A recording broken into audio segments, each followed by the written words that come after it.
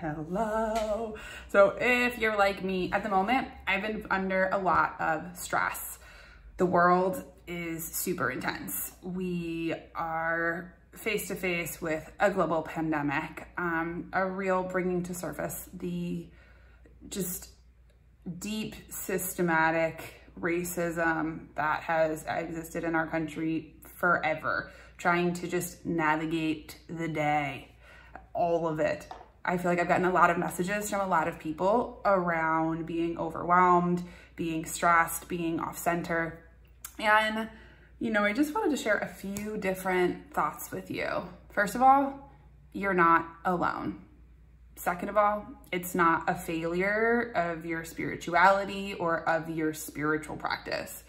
You know, we really have to remember that we are sensitive human beings having a very human experience. And in that is messiness, is a lot of emotion, is a lot of growth, it's a lot of I don't knows, it's a lot of opening up to expectation, not necessarily as a bad thing. It's a lot of places of having to practice being compassionate and kind to ourselves, getting support, and also of really having this practice of dropping into our heart spaces. You know, in our heads, in our intellect, we will never have enough information. We'll never be perfect enough. We will never get it right. There will always be a higher bar. There will always have to do more. We'll never be ready.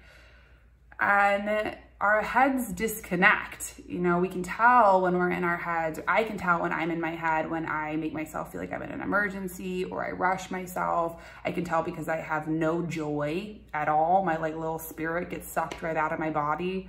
I rush, like no ability to like be present and check back in with my spirit.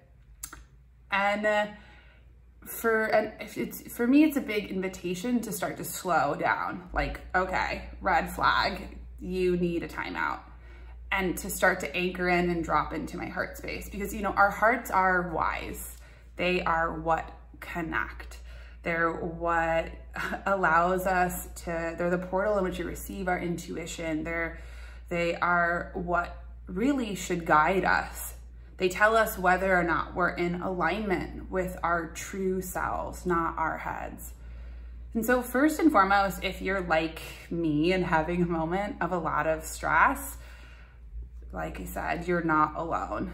And that we can start to practice softening our own heart edges, really even an anchoring back into our own sweet spirit. And really even sort of, I think of like almost like really comforting and nurturing my sweet little intellect that it's trying really hard.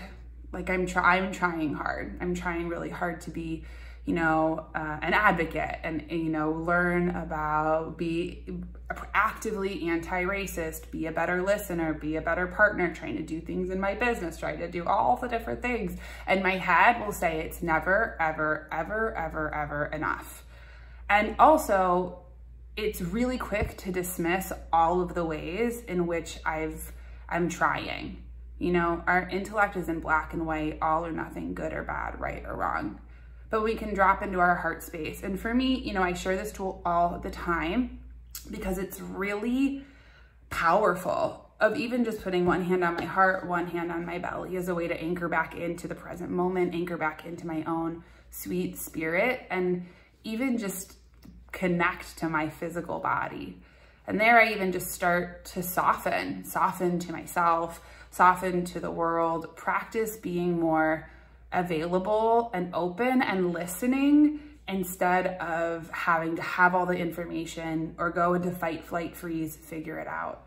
So I would encourage you to keep checking in with your own sweet spirit, even of just giving yourself credit, you know, telling yourself in the places that you're doing a good job and where you're showing up. And also for me, I've shared some other tools the other week of things that I love to help me ground. Anything that helps me to bring me back right here, right now, which, you know, I love my little Thai sniff. This helps me, always helps to bring me back in. It's like instant meditation or some rose water, instant meditation for me. But in softening our heart spaces, that is where the magic happens. That is where we can create real change. Our heads run out of gas. They really do. We think we can will ourselves into being different, but that's not where real change comes from. It comes from our feeling body, which starts in our heart space. So start to even ask yourself, how tuned in am I to my own physicality? How gentle am I with myself? How much space do I give myself? So you're doing a good job. If you're having a hard time, it doesn't mean that you're not spiritual. It doesn't mean anything. It just means that that's an appropriate response to a really intense moment. So I encourage you to get support first here and even from the people around you. Write down all the ways in which you're doing a good job. Find people who can, you know, help hold you accountable, help you grow, help encourage you through being gentle and loving. We don't need more criticism. And, you know, as always, meditation, one of my favorites. And I would encourage you, if you haven't already, you can go into my link tree and get my free meditation and intuition workbook to help connect you to your heart space, help you really create a practice, a spiritual practice. But you're doing a good job. We love you. We need your light. Don't burn out. Remember that rest is also sacred. So take a minute, and I hope you're having a great day. Love you. Bye.